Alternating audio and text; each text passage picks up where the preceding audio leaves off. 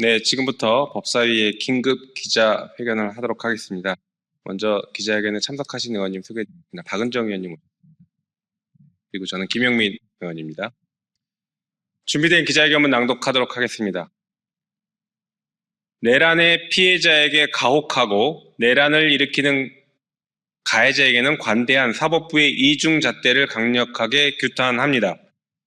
역사는 분명히 기억하고 있습니다. 대한민국 사법부는 과거에도 그리고 지금도 내란 범죄 앞에서 피해자에게는 가혹하게, 내란범들에게는 관대하게 이중잣대를 가지고 있습니다. 과거 우리는 김대중 내란 음모 사건을 기억합니다. 1980년 신군부의 권력 찬탈 과정에서 민주주의를 요구하던 김대중 전 대통령은 내란 음모라는 이름의 조작 사건으로 법정에 세워졌습니다. 실제 실행된 내란이 아니라 음모라는 이름의 조작된 혐의였습니다. 그럼에도 대법원은 김대중에게 사형을 선고했습니다. 함께 기소된 인사들 역시 개헌법 위반 등의 혐의로 중형을 선고받았습니다. 실제 내란이 아니라 음모 단계에서도 사형과 중형이 선고되었습니다.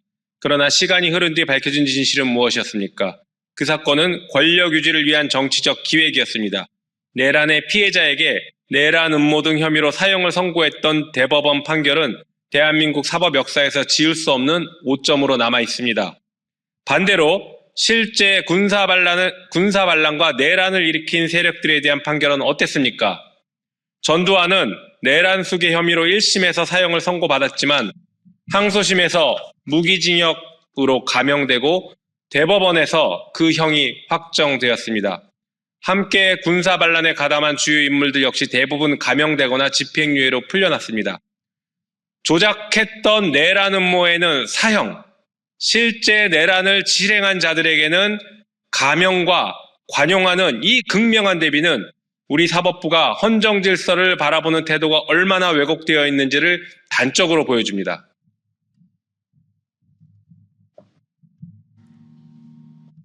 한편 어제 우리는 또 하나의 판결을 마주했습니다. 내란 공범 이상민 1심 판결 선고가 있었습니다. 법원은 국민의 심판보다 턱없이 가벼운 징역 7년을 선고했습니다. 법원 스스로 이번 내란을 사회 근간을 뒤흔드는 국가적 범죄라고 규정했습니다. 그럼에도 특검이 구형한 15년의 절반에도 미치지 못하는 형량을 선고하였습니다. 계엄 당일 단전 단수 지시로 언론을 봉쇄하고 위헌 위법한 계엄 집행에 적극 가담한 행위가 확인되었음에도 그 책임은 충분히 반영되지 않았습니다. 국민이 체감하는 내란의 중대성과 비교할 때 이번 판결은 도저히 납득되지 않습니다. 윤석열 내란 수괴는 헌법 질서를 정면으로 침해한 위헌 위법한 계엄 선포, 국가 권력을 사적으로 동원한 내란 행위, 국회를 무력화하려 한 시도, 이는 단순한 직권 남용이 아니라 민주공화국의 근간을 뒤흔든 중대한 헌정 범죄입니다. 내란은 단순한 형사 범죄가 아닙니다. 그것은 민주공화국의 근간을 파괴하는 헌정 범죄입니다. 과거에는 조작된 내란 음모에 혹독했고 실제 군사 반란에는 관대했습니다. 지금도 내란 공범에게 관대한 판결이 이어지고 있습니다. 이에 우리는 조희대 사법부에 엄중 경고합니다. 아직 남아있는 내란 재판은 헌법과 법률 그리고 국민의 상식에 따라 엄정하게 단죄되어야 합니다.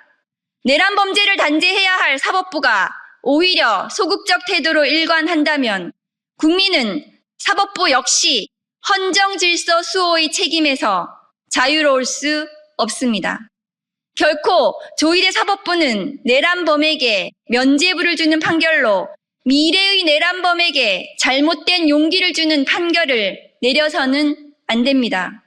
내란 범죄에 대한 제대로 된 단죄가 이루어질 때까지, 헌정 질서가 온전히 회복될 때까지 끝까지 책임을 요구하겠습니다.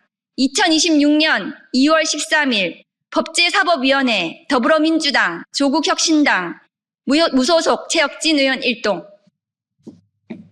네, 이상 기자회견 마치도록 하겠습니다.